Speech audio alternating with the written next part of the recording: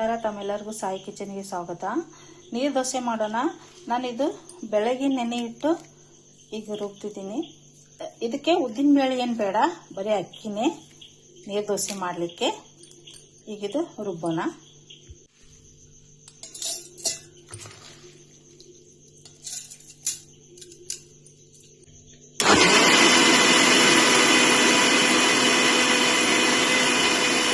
ನೋಡ್ರಿ, ಹಿಂಗೆ ಸಣ್ಣಗೆ ರುಬ್ಬಬೇಕು.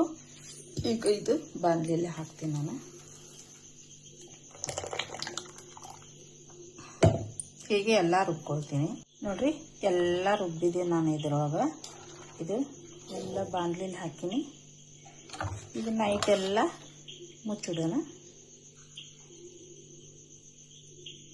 ಇದಕ್ಕೇನು ಸೋಡಾ ಏನು ಹಾಕೋದಿಲ್ಲ, ಹಾಗೆ ಬರೀ ರುಬ್ಬಿ ಮುಚ್ಚಿಡೋದು ಬೆಳಗ್ಗೆ ತನಕ.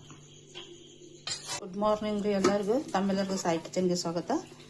ಈಗ ನೀರು ದೋಸೆ ರೆಡಿ ಮಾಡೋಣ. ಈಗ ಇದರಲ್ಲಿ ಸ್ವಲ್ಪ ತಕ್ಕೊಳ್ಳೋಣ ಇಟ್ಟು 2 ಭಾಗ ಮಾಡೋಣ. ಇದ್ರೊಳಗೆ ನೀರು ಹಾಕೋಣ. ನೀರು ದೋಸೆ ಆಗಿರೋದ್ರಿಂದ ಇದು ನೀರಾಕಿ ಮಾಡ್ಕೋಬೇಕು ನಾವು ಹಿಟ್ಟು. ನೋಡ್ರಿ, ಈ ಥರ ದೋಸೆ ತಂಗಿ ಇಟ್ಟಿದ್ದೀನಿ ನಾನು. ಎಣ್ಣೆ ಹಚ್ತೀನಿ. ಇದಕ್ಕೆ ಎಣ್ಣೆ ಹಚ್ಚೋಣ.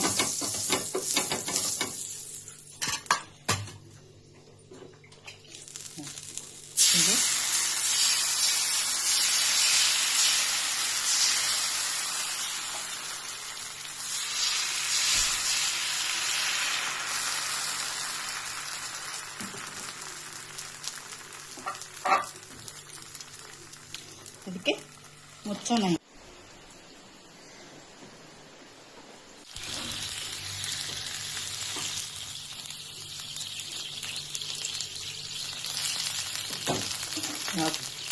ಹೀಗೆ ನೋಡ್ರಿ, ಎಷ್ಟು ಮೆತ್ತಗಾಗಿದಾವ ನೀರು ದೋಸೆ. ನೀವು ಬೆಳಗ್ಗೆ ನಾಷ್ಟಕ್ಕೂ ತಿನ್ಬೋದು, ನೈಟ್ ಊಟಕ್ಕೂ ತಿನ್ಬೋದು. ನೀವು ಚಿಕನ್ ಸಾರು ಜೊತೆ, ಪಲ್ಯ ಜೊತೆ, ಚಟ್ನಿ ಜೊತೆ ಎಲ್ಲ ತಿನ್ಬೋದು. ನಾವು ಹೇಗೆ ನೀರು ದೋಸೆ ಮಾಡ್ತೀವಿ, ನೀವು ಹೇಗೆ ಮಾಡ್ತೀರಂತ ಕಮೆಂಟ್ನಲ್ಲಿ ಹೇಳ್ರಿ. Thank you for watching. ಮತ್ತೆ ಸಿಗೋಣ ರೀ.